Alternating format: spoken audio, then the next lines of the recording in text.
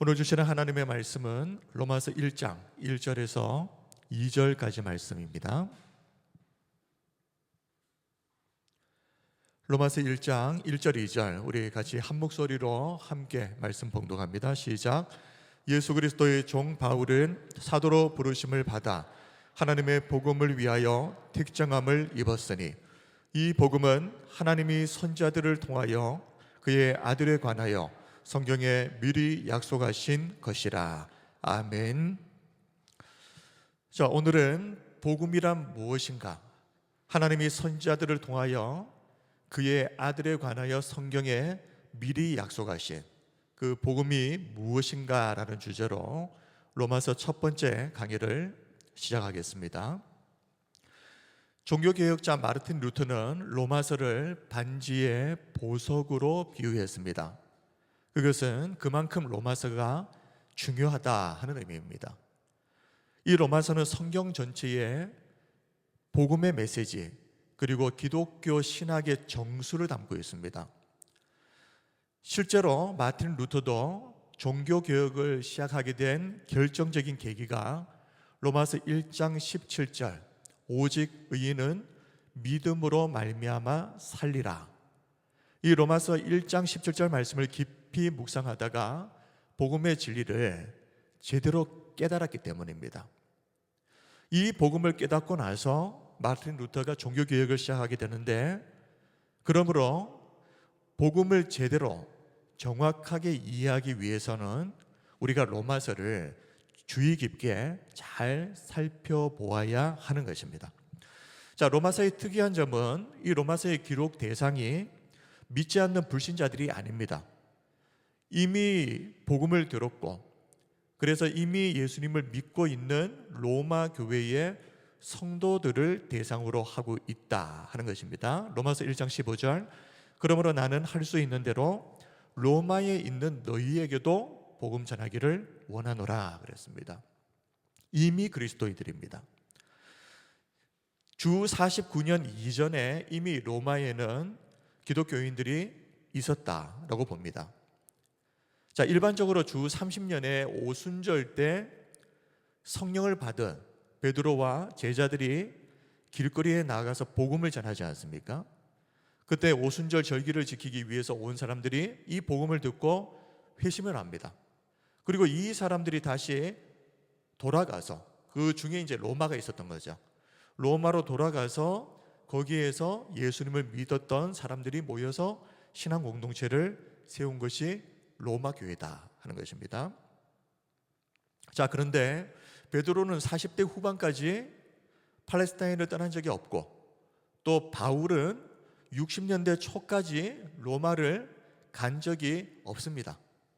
그런 점에서 이 로마 교회는 바울이나 베드로에 의해서, 전도에 의해서 시작된 교회가 아니라 자력에 의해서 스스로 예수님을 믿는 사람들이 모여서 세운 교회가 로마 교회다 하는 것입니다. 자, 그렇다면 바울은 왜 로마 교회 성도들에게 다시 복음을 들어야 한다라고 말했던 것이겠습니까? 다시 복음을 들어야 한다는 이 말에는 복음에 대한 교정과 수정이 필요하고 또 보충이 필요하고 또 바로 잡아야 할 부분들이 있었다 하는 것입니다. 사실 이 점에 있어서는 우리도 마찬가지 아니겠습니까? 우리가 복음을 잘 아는 것 같지만 막상 물어보면 또 잘 모르는 것이 복음입니다. 그렇기 때문에 로마 교회의 성도들이 복음을 다시 들어야 했던 것처럼 오늘 우리도 마찬가지다. 그래서 이 로마서를 우리가 읽어야 할 이유, 그리고 강해를 통해서 잘 살펴봐야 할 이유가 바로 여기에 있는 것입니다. 자, 바울이 로마 교회 성도들에게 이 로마서를 보내야 했던 이유 4가지 정도를 살펴볼 텐데요. 이 로마 교회를 구성하고 있는 사람들은 유대인 출신의 그리스도인들과 이방인 출신의 그리스도인들이 섞여 있습니다. 그런데 유대인 성도들의 특징이 무엇입니까? 율법을 중요하게 여깁니다. 그리고 전통을 중요하게 여깁니다. 자, 이런 경향이 있는데 이방인 그리스도인들은 반대입니다. 율법을 무시하거나 또 복음의 자유, 이 자유를 강조하다 보니까 결과적으로 좀 방종으로 흐르게 되는 그런 경향이 있었던 것 같습니다. 그래서 로마서 6장 1절 2절을 보시면, 그런즉 우리가 무슨 말을 하리요? 은혜를 더하게 하려고 죄에 거하겠느냐? 그럴 수 없느니라. 죄에 대하여 죽은 우리가 어찌 그 가운데 더 살리요? 바울이 이 말을 한 것을 보면 로마 교회 성도들 가운데에 이런 말도 안 되는 생각을 하면서 복음의 자유를 죄에 대한 방종으로 이렇게 바꿔버린 이런 사람들이 실제로 있었다는 말입니다. 은혜를 더하게 하려고 죄에 거하겠느냐? 실제로 그런 사람이 있었단 말이죠. 안 그래도 당시 로마는 윤리적으로 타락하고 우상숭배가 만연했던 도시입니다. 그런데 그 로마에서 예수님을 믿고 그리스도인이 된 이방인 신자들입니다. 이 이방인 신자들은 처음에 복음을 들을 때에 그 로마서에도 나와 있지만 행위가 아니라 무엇으로요? 믿음으로 구원받는다. 행위가 아니다. 이 구원은 믿음으로 받는 것이다. 자, 이 복음을 들으면서 오해를 한 겁니다. 어떤 사람들이 복음 안에 있는 그 자유를 죄에 대한 면죄부, 죄는 마음껏 지어도 괜찮다 이제는. 왜냐하면 구원이 애초부터 사람의 행위로 되는 게 아니니까. 그렇게 잘못 이해를 하면서 죄를 가볍게 여기거나 죄 가운데 계속 살아도 문제 없다라고 생각하는 그런 태도를 가진 사람들이 있었다는 말입니다. 그래서 바울은 복음이 말하는 참된 자유는 죄로부터의 자유이지 마음껏 죄를 지을 수 있는 자유가 아니다. 죄에 대한 면죄부가 아니다 하는 것을 알려주기 위해서 로마서를 기록했다. 이것이 첫 번째 기록 목적입니다. 자, 바울은 복음으로 죄와 사망의 법에서 해방되었다. 로마서 8장 1절에서 2절을 보면 그 말씀이 나오죠. 그러므로 이제 그리스도 예수 안에 있는 자에게는 결코 정죄함이 없나니 이는 그리스도 예수 안에 있는 생명의 성령의 법이 죄와 사망의 법에서 너를 해방하였습니다. 자, 이 해방이라고 하는 말을 죄의 방종으로 이해하면 안 되는 겁니다.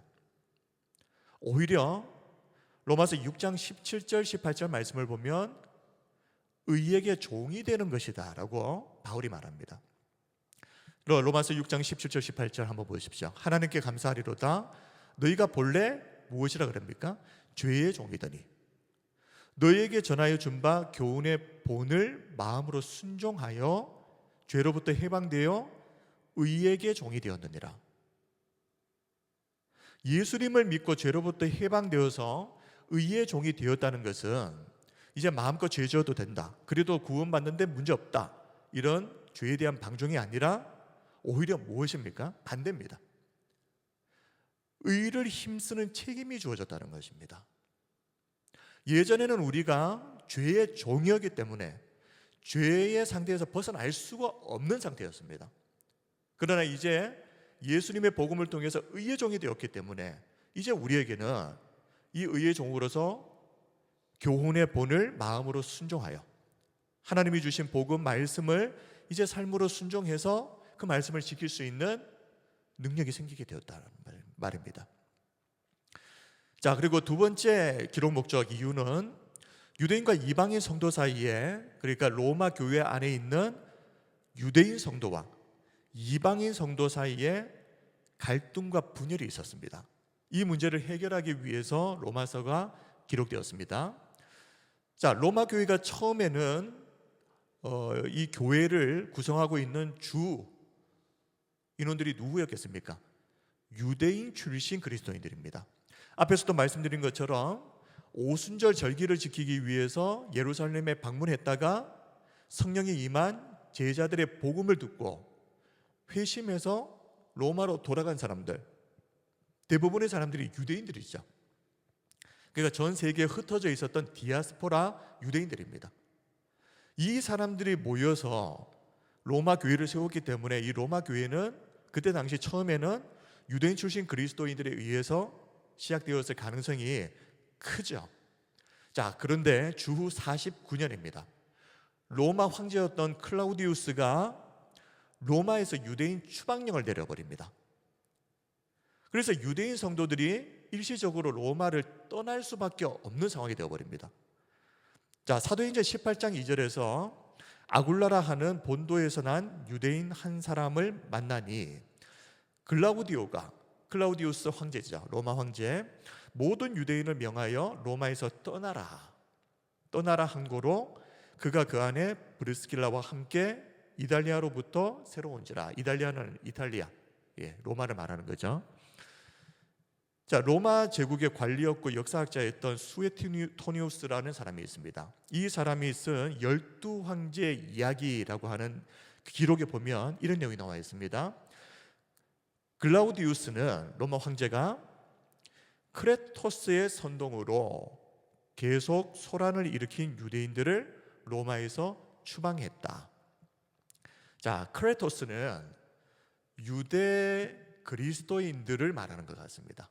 우리가 크리스토스 이렇게 말하지 않습니까? 그런데 그것을 이제 다른 사람이 적다 보니까 크리스토스라고 쓰지 않고 크레토스라고 잘못 적었지 않겠나, 이렇게 보는 겁니다.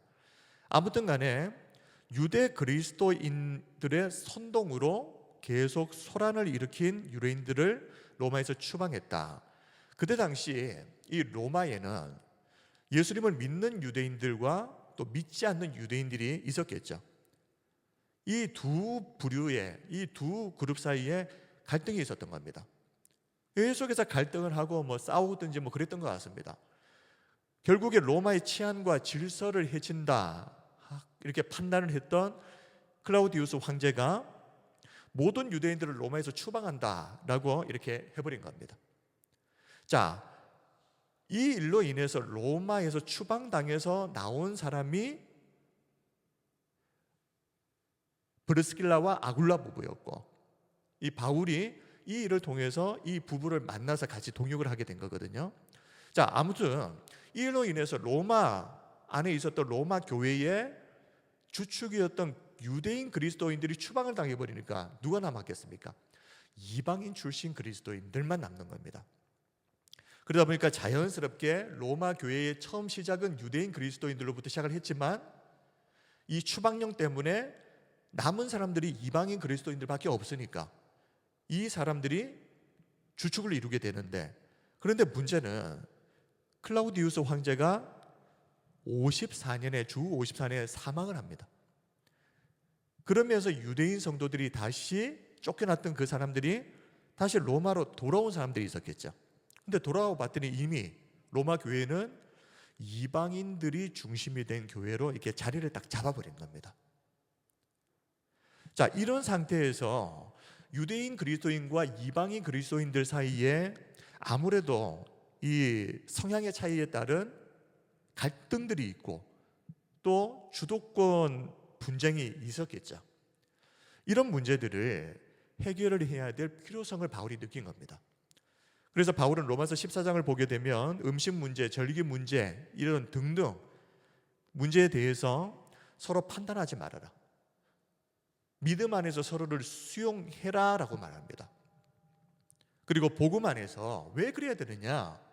우리는 복음 안에서 원래 모두가 다 똑같은, 유대인이든 이방인이든 똑같은 죄인에 불과했던 사람들이다.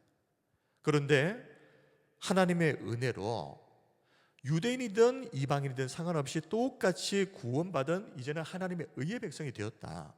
그러므로 사도 바울은 유대인과 이방이라고 하는 이 사람으로서의 외적 차이보다는 무엇을 강조한 것입니까? 예수 그리스도의 복음 안에서 이제 우리는 하나님의 동일한 한 백성, 한 가족이 되었다 하는 것을, 이 공통점을 강조하면서 그런 두 부류 사이에 있었던 그런 차이들을 잘 극복을 해내야 된다. 이 이야기를 하기 위해서 로마서를 기록을 했다. 두 번째 이유입니다. 자, 세 번째 이유는 로마 교회 성도들이 복음을 안다고는 하지만 바울이 보았을 때는 이 교회 성도들에게 복음에 대한 전면적이고 체계적인 좀 이해를 도울 필요가 있었다라고 생각했기 때문입니다. 부분적인 이해라고 하는 것이 항상 오해를 낳습니다. 정확하게 알고 있으면 오해가 생길 게 없습니다. 그런데 대충 적당히 알게 되면 거기서부터 이런저런 오해가 생기게 됩니다. 복음은 정확하게 알아야 됩니다. 제대로 알아야 됩니다. 이게 안 되기 때문에 멀쩡히 수십 년을 교회 다니는 사람들이 이단에 빠져버리는 겁니다. 20년, 30년 교회를 다니고 그렇게 설교를 들었다고 하는 사람들이 이단에 왜 넘어지겠습니까? 누가 봐도 명백히 잘못된 건데 그만큼 복음을 안다고 생각했는데 모르는 겁니다. 피상적으로 대충 알고 있었던 겁니다. 그리고 게다가 이 로마 교회는 앞으로 세계 선교의 거점이 될 도시였기 때문에 이 로마 교회를 통해서 이제 복음이 온 세계로 뻗어져 나갈 텐데, 그러면은 이 모체가 되는 로마 교회가 더더욱 복음을 제대로 알아야죠. 그래서 바른 복음을 전하는 기지가 되어야 되지 않겠습니까? 자, 이런 목적으로, 그러니까 바울이 봤을 때는 좀 로마 교회 성도들에게 복음에 대한 뭔가 부족한 부분들이 보였겠죠. 그리고 마지막 네 번째로 바울이 로마서를 기록한 목적은 단순히 복음은 이런 것이다, 복음의 이론을 가르치려고 한 것만은 아닙니다. 물론 복음에 있어서 가장 중요한 핵심 내용들을 다시 정확하게 알려주고 복음을 기초에부터 제대로 잘 다져주기 위한 목적도 있지만, 그것이 끝이 아니라 복음의 실천적인 부분까지 로마서는 기록 목적으로 담고 있습니다. 다시 말하면 복음이 이론으로 끝나는 것이 아니라 실제로 이어져야 된다는 말입니다. 이론이 아닌 머릿속에 알고 있는 그냥 어떤 지식이 아니라 아는 그 복음이 내 삶의 실제가 되는 것, 이것이 필요하다라고 느꼈기 때문에 로마서를 기록했습니다. 자, 그것을 잘 보여주는 것이 이 로마서 총 16장으로 구성되어 있는데, 이 로마서의 구조입니다. 로마서는 크게 두 부분으로 구분이 되는데요, 1장부터 11장까지가 교리적인 부분입니다. 복음이 무엇인가를 설명해 주는 내용들입니다.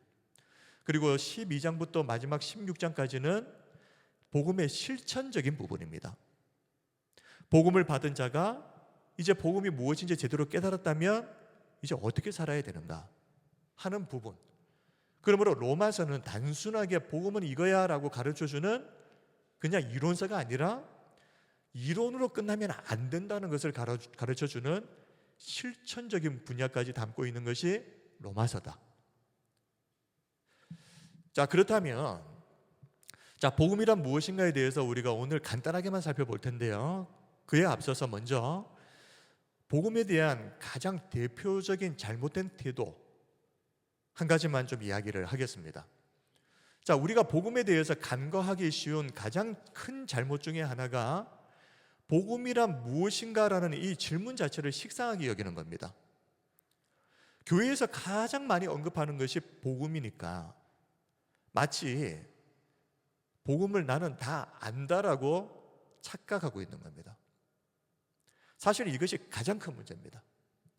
복음에 대해서 내가 아직까지 잘 모른다라고 생각을 하면은 더 알려고 하겠죠. 근데 매일 듣는 게 복음이고, 그러니 나는 당연히 잘 알지 않겠나, 그렇게 생각하는 이 착각 때문에 복음을 정확하게 제대로 알려고 하는 시도조차 하지 않는 겁니다. 그러나 복음은 그저 천국행 티켓 정도로 단순하게 이해할 수 있는 게 아닙니다. 사실 예전에도 한번 말씀을 드렸지만, 복음은 구원에 있어서 누구나 이해하고 믿을 수 있을 만큼 명확하고, 또 어떤 면에서는 간단하게 요약을 할 수 있는 측면이 있습니다. 이 복음이 무엇인지 이해하기가 힘들다 그러면 이해력이 딸리는 사람들한테는 복음은 복음이 아닌 거거든요. 그래서 자꾸만 사람들이 오해를 하는 겁니다. 그렇다고 해서 복음 안에 담겨져 있는 내용이 단순하다는 말이 아닙니다. 복음의 결론이 단순하다는 것이지, 그 결론을 설명하기까지의 그 안에 있는 복음의 내용은 평생 묵상해도 다 이해할 수 없을 정도로 광범위합니다. 그래서 저는 이렇게 정리를 했습니다. 복음은 단순하지만 단순하지 않다. 한번 따라하겠습니다. 복음은 단순하지만 단순하지 않다. 이 두 가지가 다 복음입니다. 그러므로 섣불리 자신의 그 얕은 지식을 과신하지 말고 항상 겸손한 마음으로 복음을 배우시기 바랍니다. 그리고 복음을 알고 깨달았다면 그게 끝이 아닙니다. 깨달은 그 복음을 삶으로 살아내셔야 됩니다. 자, 우리 한 가지 더 살펴보고자 하는 것은, 자, 오늘날 교회와 성도들이 이 땅에 얼마나 많은 성도들이 있고 많은 교회들이 있습니까? 그런데 한 가지 질문을 드리고 싶은 것은 복음에 대해서 이 수많은 교회와 수많은 성도들, 심지어 목회자들, 이 복음에 대한 일치된 견해를 가지고 있는가 하는 질문을 좀 드리고 싶습니다. 복음이 무엇인가라고 하는 이 질문에 대해서 교회, 목회자, 성도들마다 다 대답이 제각각이라면 이건 뭔가 잘못된 것 아니겠습니까? 복음이 어떻게 사람의 생각에 따라서 달라질 수 있는 내용이겠습니까? 그리고 복음은 진리입니다. 진리라고 하는 것은 애초부터 시대, 공간, 사람을 다 뛰어넘어서 하나의 딱 일치된 답입니다. 시간이 지난다고 해서 변할 수도 없는 것이고 지역이 다르다고 해서 바뀔 수도 없는 것입니다. 그것이 진리인데 교회마다 전하는 복음의 내용이 다르다. 이상한 건 아닙니까? 그런 점에서 과연 오늘날의 교회가 복음을 정말 바르게 전하고 있는지, 아니 복음을 제대로 이해는 하고 있는지 심각하게 한번 생각을 해봐야 되는 겁니다. 제가 이런 말씀을 드리는 이유는 실제적으로 이런 부분들에 대해서 제가 심각성을 많이 느끼기 때문입니다. 권사님들, 장로님들 모아놓고 복음에 대해서 한번 이야기해보라 그러면은 안다고 그러면서 설명을 못합니다. 아는데 왜 설명을 못합니까? 그만큼 우리가 알고 있는 복음이라고 하는 것이 수박 겉핥기식으로 껍데기처럼 대충 알고 있는 겁니다. 제대로 알았다고 하면은 어떤 질문이 들어와도 거기에 대해서 대답을 할 수 있습니다. 근데 어설프게 아니까 내가 준비되지 않은, 알지 못하는 질문이 들어오면 막혀버리는 거죠. 만약에 사람들마다, 교회마다 복음에 대해서 서로 다른 말을 하고 있다면 셋 중에 하나일 겁니다. 사실일 수도 있는 거죠. 어떤 사람은 사실을 말하고 있는 걸 수도 있습니다. 두 번째, 어떤 사람은 사실에 가까운 것처럼 보이기는 하지만 사실이 아닌 것. 그러니까 유사복음이라고 하죠. 이런 거. 그리고 그게 아니라면 어떤 사람은 아예 복음을 모르고 명백한 거짓말을 하고 있는 건지도 모르는 겁니다. 이 셋 중에 하나인 겁니다. 그런데 우려하는 것은 두 번째 경우가 많을 수가 있겠다라는 겁니다. 본인은 어떻게 부분적으로 들어서 알고 있는 지식이 있어가지고 뭐 대충은 알고 있는데 다 합쳐보면 정확한 복음이 아닌 경우가 있습니다. 이거는 복음이라고 해야 됩니까? 복음이 아니라고 해야 되겠습니까? 사실 저도 이거를 뭐라고 말을 해야 될지 모르겠습니다. 그러므로 옥석을 분명하게 분별할 수 있는 지혜가 있어야 됩니다. 이처럼 복음에 대한 일치를 이루기 위해서 최소한 적어도 한 교회 안에 있는 성도들끼리는 그 복음에 대해서 일치된 견해를 갖고 있어야죠. 우리가 뭐 그렇게 많은 숫자가 있다고, 그죠? 서로 다른 복음을 이야기하고 이래서는 안 되는 거 아니겠습니까? 그리고 복음을 제대로 이해하기 위해서는 우리는 로마서를 정말 주의 깊게 잘 살펴봐야 됩니다. 사단은 지금도 계속해서 성도들을 공격하고 있는 것이 다른 것이 아닙니다. 바른 복음을 깨닫지 못하도록, 알더라도 절대 그 깨달은 복음대로 살지 않도록 그렇게 성도들을 미혹하고 있습니다. 고린도후서 4장 4절에 그 중에 이 세상의 신이 믿지 아니하는 자들의 마음을 혼미하게 하여 이렇게 혼미하게 했다라는 말이 나오는데요. 그리스도의 영광의 복음의 광채가 비치지 못하게 함이니 그리스도는 하나님의 형상이니라. 자, 이 세상의 신이라고 하는 것은 여러 가지로 이렇게 해석을 할 수 있겠죠. 저는 이 세대마다 사람들이 열광하는 것들, 그냥 이것만 있으면 뭐 정신 못 차리는 것들, 그것들을 우리가 때로는 이제 우상이라고도 하고, 사람들마다 다르겠죠. 그런데 이런 것들이 혼미하게 만들어서 정말 중요한 것을 주목하지 못하게 만든다는 겁니다. 우리의 넋을 빼놓는 겁니다. 정말 바라보고 집중하고 주목해서 정확하게 알아야 되는 것에 대해서 주목하지 않도록, 시선을 두지 않도록, 관심 두지 않도록 엉뚱하게 우리의 마음을 다 빼앗고 있는 것들이 있습니다. 이런 것들 때문에 혼미해진 사람들의 마음이 어떻게 됩니까? 예수 그리스도의 복음을 찾지도 않고 깨닫지도 못하게 된다.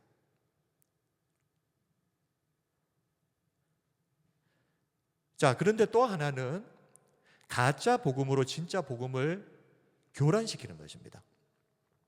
갈라디아서 1장 6절에서 9절입니다. 그리스도의 은혜로 너희를 부르신 이를 이같이 속히 떠나. 자, 갈라디아 교회 성도들 가운데 바울을 통해서 전해졌던 그 복음 듣고 예수님을 믿겠다고 했던 사람들 가운데에 속히 그 복음을 떠나버린 사람들이 있었던 겁니다. 다른 복음을 따르는 것을 내가 이상하게 여기노라. 다른 복음은 없나니 다만 어떤 사람들이 너희를 교란하여, 자, 요 교란하여라고 하는 요 단어 기억하시고요. 그리스도의 복음을 변하게 하려 함이라. 그러나 우리나 혹은 하늘로부터 온 천사라도 우리가 너희에게 전한 복음 외에 다른 복음을 전하면 저주를 받을지어다. 우리가 전에 말하였거니와 내가 지금 다시 말하노니 만일 누구든지 너희가 받은 것 외에 다른 복음을 전하면 저주를 받을지어다. 2번이나 반복해서 말합니다. 다른 복음을 전하면 반드시 저주를 받는다. 자, 그런데 여기서 교란이라고 하는 거, 헬라어로 타라소라고 하는 이 단어는요, 물리적, 정신적으로 동요되고 흔들렸다 하는 의미가 있습니다. 그리고 불안하다, 자, 혼란시키다라고 하는 의미도 있지만 사람이 막 불안한 상태, 그래서 막 정신적으로 흔들리고 있는 그 상태도 포함하는 단어가 이 교란, 타라소라고 하는 단어입니다. 그래서 한번 찾아보니까요, 요한복음 14장 1절에 너희는 마음에 근심하지 말라라고 할 때 이 근심이라고 하는 단어가 똑같이 타라소라고 되어 있습니다. 즉 복음의 내용을 단순하게 흔드는 것만 교란이 아닙니다. 그러니까 복음을 잘 모르게 하는 것, 잘 깨닫지 못하게 하는 것만 교란이 아니라 이 교란에는 설령 복음을 제대로 내용을 잘 깨달았다고 하더라도 이 복음이 실제가 되지 못하는 것, 그래서 현실에 아무런 역할도 못하는 것, 어쩌면 누가 물어보면 설명은 잘할 수 있을지 모르겠지만 실제로 살아가면서 그 복음이 나에게 아무런 역할도 하지 못하는 것, 무용지물의 상태. 그것을 어떻게 볼 수 있습니까? 어떤 일들이 생기면, 내가 예상치 못한 어떤 좋지 않은 힘든 일들이 생기면 복음이 아무런 역할을 못하는 겁니다. 평소 때는 막 복음을 잘 알고 있는 것처럼, 그래서 대단한 믿음이 있는 것처럼 하다가 실제로 어떤 일이 딱 터지고 나면 그냥 무용지물, 복음이 없는 사람처럼. 이것이 교란입니다. 사탄이 어쩌면 노리는 것 중에 아주 중요한 부분이 이 부분일지도 모릅니다. 그래, 열심히 공부해라. 성경 공부 열심히 해야지. 그런데 배운 것이 네 삶의 실제는 되지 않도록. 사실 바울이 이렇게 서신서를 통해서 이 부분들에 대해서 강조하는 이유는 사도 바울 자신조차도 예전에 가짜 복음에 빠져서 진짜 복음을 배격해버렸던 그 사람이었기 때문에 그렇습니다. 사도 바울이 복음이라고 생각했던 가짜 복음이 무엇이었습니까? 유대교입니다. 유대교. 갈라디아서 1장 13절에서 14절을 보면 내가 이전에 유대교에 있을 때에 행한 일을 너희가 들었거니와 하나님의 교회를 심히 박해하여 멸하고 그랬습니다. 내가 내 동족 중 여러 영갑자보다, 자, 중요한 부분입니다, 유대교를 지나치게 믿어 내 조상의 전통에 대하여 더욱 열심히 있었으나. 자, 왜 사도 바울은 자신이 유대교를 그냥 믿었다라고 말하지 않고 지나치게 믿었다라고 말하겠습니까? 지금 그때 당시에 바울은 옳고 그름에 대한 바른 분별력이 없는 상태였단 말입니다. 지나치게 믿었다라고 하는 것은 그냥 선입견에 빠져 있었다는 말이죠. 유대교는 옳고 기독교는 알아보기도 싫은 겁니다. 그냥 틀린 겁니다. 유대교가 맞는지 기독교가 맞는지를 한번 살펴보지도 않고 고민해 보지도 않고 태어날 때부터 나는 유대인이었고 나는 유대교를 믿으면서 지금까지 살아온 사람이고, 그렇기 때문에 신흥 종교로 떠올랐던 기독교라고 하는 것은 그냥 바울에게는 그냥 이단이었습니다. 그러다 보니까 이 선입견이 딱 있으니까는 고민 자체도 안 하는 거죠. 한번 살펴보지도 않는 겁니다. 그런 올바른 판단력을 상실해버렸던 그때를 사도 바울은 내가 유대교를 지나치게 믿었다, 거기에 빠져서 옳고 그름을 분별하지 못했던 그런 삶을 내가 살았었다라고 이야기를 하는 겁니다.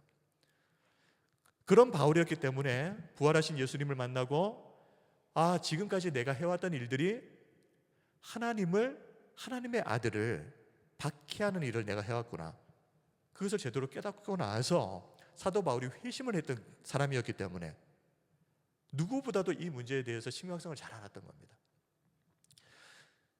자, 세상이, 사탄이 이렇게 다른 것이 아니라 복음을 집중적으로 공격하는 것은 그 이유는 뻔하겠죠. 교회에, 성도에게 있어서 가장 중요한 것은 복음이다. 이것만 제대로 공격하면, 성도들 마음 가운데, 교회 가운데 복음만 뒤흔들어 놓아버리면, 그러면 교회도 성도들도 한순간에 무력화되어 버린다. 아무것도 아니라는 것을 사탄이 너무너무 잘 알고 있기 때문에 그렇습니다. 그래서 최대한 복음을 대충 알도록, 그러면서도 사는데 별로 지장이 없도록, 괜히 그죠? 어려운 일이 생기면 정신 차릴 수가 있으니까 그 상태에 그냥 쭉 끝까지 가도록. 그래서 정말 말씀을 제대로 알려고 하고 말씀대로 살려고 하는 사람에게는 계속해서 고난이 오지만, 그렇지 않은 사람은요, 사탄이 의도적으로 평안하게 그냥 내버려 둡니다. 그 상태에 유지되는 게 사탄의 목적이기 때문에. 그런데 정말 제대로 믿으려고 해보십시오. 반드시 인생에 문제가 생깁니다. 그리고 그것이 정상입니다. 근데 중요한 것은 그게 끝이 아니다. 어느 정도의 하나님이 정하신 때가 딱 지나고 나면 모든 것이 역전되는 때가 반드시 옵니다. 이 사실을 믿으셔야 됩니다. 우리가 자꾸만 신앙생활 제대로 하려고 하다가 자꾸만 멈칫멈칫하는 이유가 뭡니까? 내가 제대로 하려고 하다가 힘든 일이 생기면 어떨까? 근데 그게 아닙니다. 하나에 넘어가는 과정일 뿐이지, 그 이후에는 하나님께서 아브라함을 믿음의 조상으로 세우셨듯이 어떤 한 일이 계기가 되어서 이 사람을 하나님이 정말 세상 가운데 높이 세우시는 그런 날이 옵니다. 그러므로 어설픈 상태에 머물러 있는 거, 이때가 너무 편하네, 사탄도 나를 안 건드려, 그거는 부끄러운 일이죠. 사탄이 건드릴 필요도 없는 사람, 그냥 가만히 놔둬야 알아서 망하는 사람, 그것이 아니라 사탄으로부터 집요하게 공격당하는 사람은 정말 하나님 앞에서 말씀대로 살려고 하기 때문이라면 그것은 영광스러운 것입니다. 그리고 그 고난의 때가 반드시 끝나는 때가 온다는 것을 믿으시기 바랍니다. 자, 바울은 이 사실을 너무나도 잘 알고 있었기 때문에 복음이 얼마나 중요한지, 그래서 바울은 로마 감옥에 갇혀 있었을 때에도 정확하게 말하면 가택 연금 상태이죠. 성도들에게 에베소서 편지를 보내면서 부탁을 하는데 다른 부탁이 아닙니다. 가택 연금된 상태인데 복음의 비밀을 끝까지 담대하게 전할 수 있게 해달라고 그 기도 부탁을 합니다. 그만큼 복음이 중요하다는 것을 바울이 알았다는 것이죠. 에베소서 6장 18절에서 20절 말씀이 그 말씀입니다. 모든 기도와 간구를 하되 항상 성령 안에서 기도하고 이를 위하여 깨어 구하기를 항상 힘쓰며 여러 성도를 위하여 구하라. 또 나를 위하여 구할 것은 내게 말씀을 주사 나로 입을 열어 복음의 비밀을 담대히 알리게 하옵소서 할 것이니 이걸 위해서 기도해 달라는 겁니다. 이 일을 위하여 내가 쇠사슬의 메인 사신이 된 것은 나로 이 일에 당연히 할 말을 담대히 하게 하려 하심이라.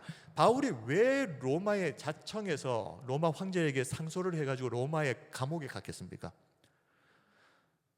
네, 바울은 우리 아시는 대로 자신에 대해서 변호를 했었으면은 사실 가이사랴에 구금되어 있었던 2년이라는 기간 동안 풀려날 수 있었습니다.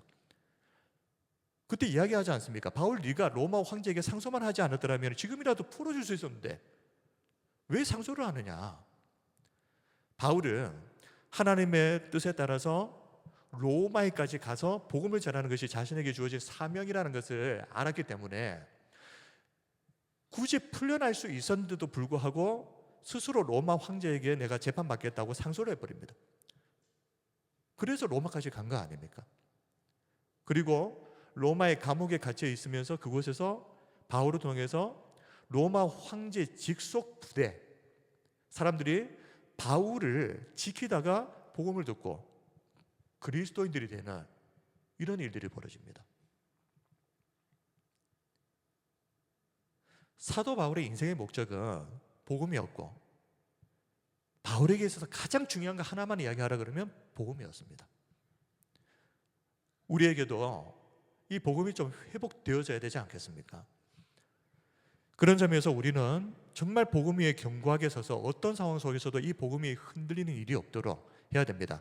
골로새서 1장 21절부터 23절까지 말씀을 우리 같이 한 목소리로 읽읍시다. 시작. 전에 악한 행실로 멀리 떠나 마음으로 원수가 되었던 너희를 이제는 그의 육체의 죽음으로 말미암아 화목하게 하사 너희를 거룩하고 흠없고 책망할 것이 없는 자로 그 앞에 세우고자 하셨으니 만일 너희가 믿음에 거하고 터 위에 굳게 서서 너희 들은 바 복음의 소망에서 흔들리지 아니하면 그리하리라. 이 복음은 천하 만민에게 전파된 바요 나 바울은 이 복음의 일꾼이 되었노라. 아멘. 우리 성도 여러분, 복음 위에서 흔들리지 않게 견고하게 서시기를 바랍니다. 우리가 이 로마서 강의 시간을 통해서 우리에게 이런 일들이 일어났으면 좋겠습니다. 자, 오늘 복음을 단순하게만 짧게만 볼 텐데요. 자, 복음은 단순히 예수님 믿으면 천국 간다 이런 수준을 넘어서 복음에는 4가지 중요한 핵심 요소가 있습니다. 첫 번째로 하나님은 거룩하시고 의로우신 창조주로서 이 세상의 모든 것을 선하게 만드셨고 그리고 이 인간들은 하나님과의 관계 안에서 참된 삶을 누리도록 창조됐다. 그런데 두 번째, 인간의 죄입니다. 인간의 죄로 말미암아서 인간은 하나님을 떠나게 되고 그 결과가 사망과 심판 아래 놓이는 것이다. 로마서 3장 23절 모든 사람이 죄를 범하였으며 한 사람도 예외 없다. 하나님의 영광에 이르지 못하더니. 자, 세 번째 복음의 중요한 내용, 예수 그리스도입니다. 하나님은 예수님을 보내셔서 십자가에서 우리의 죄값을 대신 치르게 하시고 죽음에서 부활하심으로 새 생명의 길을 여셨다.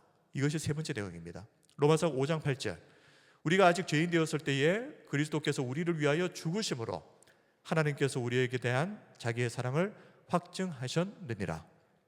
그리고 마지막 네 번째 복음, 믿음으로 응답하라 하는 것입니다. 이 복음은 행위가 아니라 믿음으로 받는 하나님의 선물이다.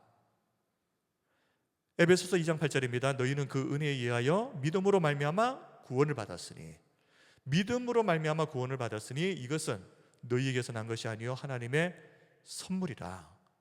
회개하고 예수님을 진심으로 믿으면 우리에게 죄사함의 그리고 영생의 은혜가 주어진다.